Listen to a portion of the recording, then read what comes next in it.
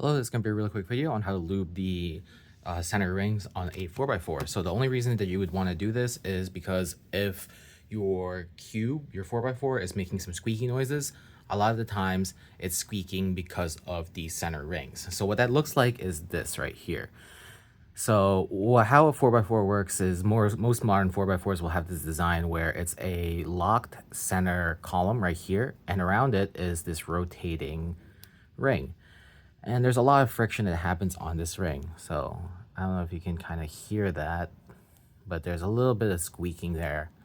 And that can add up, especially if you have slightly tighter tensions and more pressure is being applied onto this ring. So the best solution that you can do is just lubricate underneath this center column right here.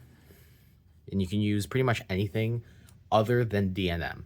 So if you apply a water-based lubricant in this fashion, what usually happens is, like, if you were I guess rubbing your finger on like freshly cleaned glass, it makes that squeaky noise. So if you're using a water-based lube, you're going to get that kind of same effect where it's freshly cleaned with water-based lubricant, and then now you're trying to rub against it using the pieces, so you'll end up squeaking a lot. So what we want to do is lubricate this with something heavier. So here I have a weight 5, but you can go as low as Speedy, weight 1, whatever. Just don't stick with a water-based lubricant. So personally, I like using something a little bit heavier because this will dampen the sound even more, but it'll also kind of stiffen that turning feel a little bit, but just a little tiny bit.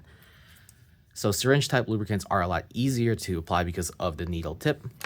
But if you only have Speedy or something, you can always just drop it in like that and then call it a day. But that kind of is a little bit more intense because sometimes these applicators on the bottles are not small enough to kind of reach underneath the ring on an already assembled cube.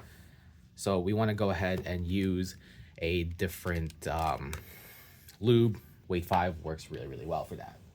So let me grab a different 4x4, in this case, which is the MGC 4x4 I have here.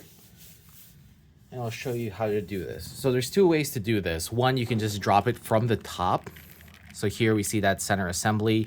There's the ring around it. So if you were looking at it like that.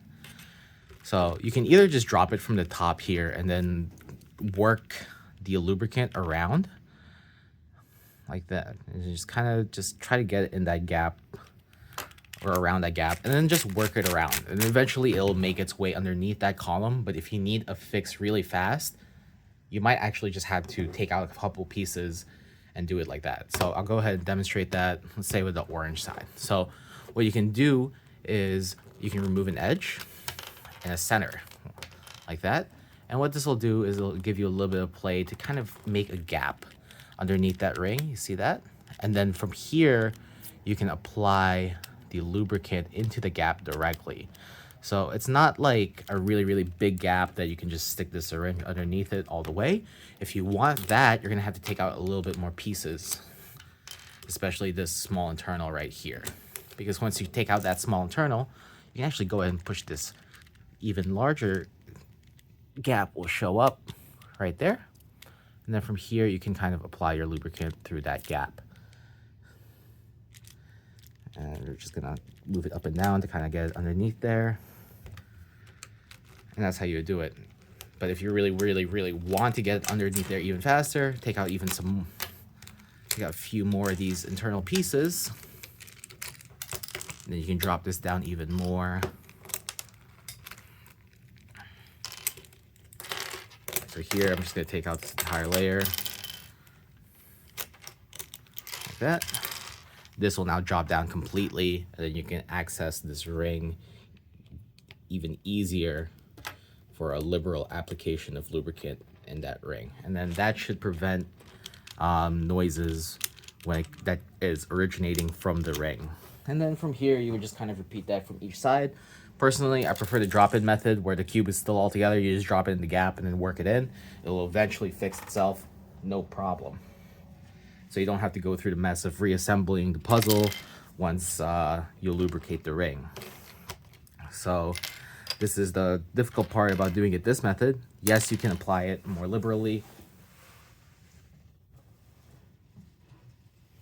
once you take out some pieces, but you do have to go through the efforts of reassembling the puzzle after it's done. Best thing to do would be to go ahead, take your lubricant, drop it in that little ring area where the ring and the column meet, and then just work it in. And eventually those noises, the squeaky noises, will go away. Hope that helps.